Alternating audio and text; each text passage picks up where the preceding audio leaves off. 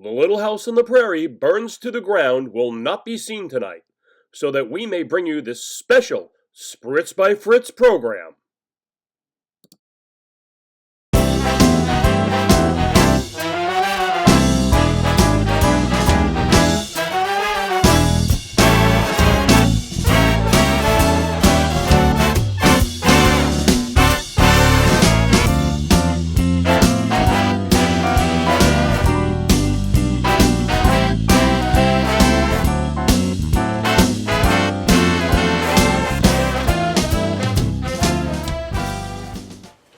Alright guys, what we've got here is, I have no freaking idea.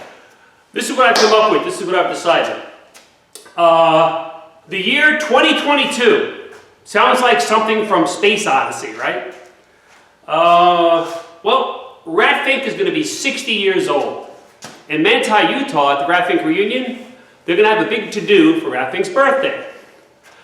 I would really like to get this done, or as close to done as possible, so I can debut it at Ratfink's 60th birthday. I think that would be really cool. I think it would be really special. Obviously, there's a lot of work to do here. So, one of the things that's easy for me is, hey, I get to put stuff in a box and ship it to the chrome plater. That's not on me, that's just money that I don't have. So, I do have 2, maybe 3 chrome plate guys lined up. We'll see who does what. There's still some things I need to do. Personally, I usually like to have everything buttoned up. It's like when I build a chopper, I weld everything together, I get the bike running in raw steel, and I'll ride it around a little bit because if an exhaust pipe is going to crack or break, I wanted to do it before I chrome plate it. And then I can go back in and fix the problem and figure out the hows and whys. But here, I would normally I'd run all the plug wires and get them ready to rock. The bubble would be mounted, but let's be honest, that's all crap I can do later. So to expedite things, what I'm going to do now is take the car apart. I'll put the fiberglass body on my little dolly. I can fit the door cards. I can fit the bubble later. I can get the chassis all blown apart, have all that stuff sent out to the chrome plater, get the chassis sandblasted, finish weld it, do the grinding of the fiberglass and stuff, flip the body over. That hinge bracket I made still needs to get fiberglassed in. So there's lots of stuff to do, and it's all these things that I'd like to do ahead of time, but I've been on this project for 7 years. Anyone that knows me knows when I built the Roswell rod and when I built the Baja Bandito, cumulatively, inside of 2 years, I'm done. But about a year and a half, I'm done. I got a car built, and I'm thinking about, oh, what can I build next? I've been on this for 7 years. I've got the itch. I really need to get it done. So that's where we're at. Let me show you a couple of the last things I did from the last episode you saw, and we'll move on. One of the things I got squared away here is Ed bolted his wire loom right to the valve cover. Now this is a Cal Custom wire loom. It's not exactly like the one Ed did. So I'm having a real OCD about exactly having this correct. So I'm going to end up making new ones. Again, I can do it later. And I made this up as this is what Ed did to run the plug wires through here into here. And I also, on the back of the car here, I took off the Krager blower plate that I had. And I made up this 1/4-inch piece of plate, flat one. This is what Ed had. I always thought it would be cool to have the Krager one in the back, seeing this whole supercharger setup for the 471 is Krager belt driven. But that's what Ed had. I'm really leaning toward more and more trying to get things as close as possible. And that's really like all I've done because domestic bliss, having a kitchen redone in my house, has really taken up a lot of my time. And so, that all being said, I'm going to go ahead, probably brew a pot of coffee. I've been laying off cookies because I'm trying to lose some of this doctor's orders. And we're going to blow this car apart and get things ready so I can start making some positive, hardcore, rapid advancements and progress.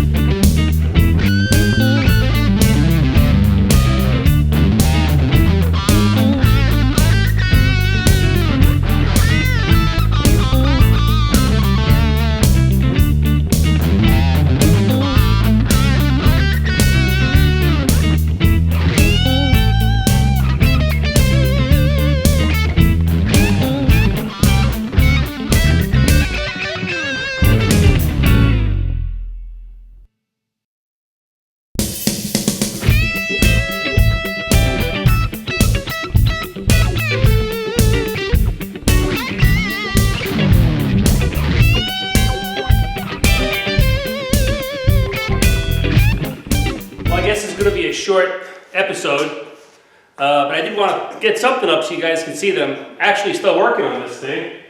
And there it is. There's the model chassis, just like the model kit.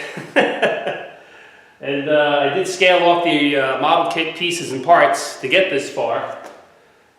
And what we got to do now is I got to get this all sandblasted, the chassis, finish some of the welds that I started 7-something years ago. And when I get that done, then we can paint it. But the first thing I want to do is, I got other stuff to do. I got to get this motor and transmission apart, and get the engine disassembled, and hot tanked and cleaned and all that, and sandblast the rear axle, get that all painted. I'll take the camera off and I'll show you guys. What we got to do. Well, there you go. Motor and transmission, they got to come apart. As you guys know, I'm building a static display vehicle, so I'm going to gut the engine. This all has to get hot tanked and cleaned up. All the valves have to come out. Got to separate the transmission, sandblast all that, clean it up. I got 2 engine stands to set them up on. I'll paint them. Now all the chrome and all the goodies and the shiny stuff can go back on. I got this pile of humazagamazi here. I got the control arms and stuff. There's the springs and some other crap, the radiator, this box of stuff. And there's bits and pieces up there. All this has still got to be made up. I got the door cards up there. I got work I need to do on the, where is it? Right there. On the shifter, throttle, brake linkage setup still. But all that's got to get sandblasted and painted also. This stuff, that's the expensive stuff. The grill's got to get polished. The carburetors have to get all disassembled. New hardware, gaskets, they get chrome plated. The intake manifold, supercharger housing, all that stuff's got to get chrome plated. The stuff down here all gets chrome plated. There's a box inside the Corona box, no lime. That has to all get chrome plated and stuff. There's a lot of money. That's where the real money is right there, gang. So that's pretty much about the size of it, guys. There's lots of little doodads and little whoop-de-doo things to take care of. And a lot of it's not really film-worthy, so I'm really, like rebuilding a drive shaft. It's kind of like common sense stuff. You guys have already done that in life. You don't need to see me do it. Like I said, I got to clean up the chassis, do some welds. There are some things that I normally wouldn't do. It's like right here, I had cut this with a blowtorch, and I'll go and clean it up the best I can, but this is how Roth did it. He just hit it quick, and left it. Normally I would, like, if it was a car I built from scratch, I would box all this off and clean it up nice, but that's how Ed did it. He hacked it, and that was that. So that's how I'm going to leave it, because that's the way Ed, that's the way Ed did it, so that's how I'm going to do it. That's pretty much about it, man. If you'd like to support this channel, first thing, always subscribe if you can. Just please click that little bell, wherever it is here, and that'll give you notifications every time I upload a video. You can shop at spritzbyfritz.com, grab a t-shirt, coffee mug, cocoa mug, whatever you want to call it, some kind of doodad or trinket. That helps this project go along. Best way to be a supporter is be a Patreon member. You can be a Patreon member at patreon.com/spritzbyfritz. You guys will always get to see any of my episodes a day or two, a couple days before everybody else. And that's a nice thing. And every now and then when I do have the chance, I paint up a little something and I pick somebody and I give it away, because I really do appreciate you guys. Without you guys, a lot of this stuff just doesn't happen. So thank you very much. And hey man, stay new to your pets. No drinking, no driving, no texting, no driving. And thanks for watching.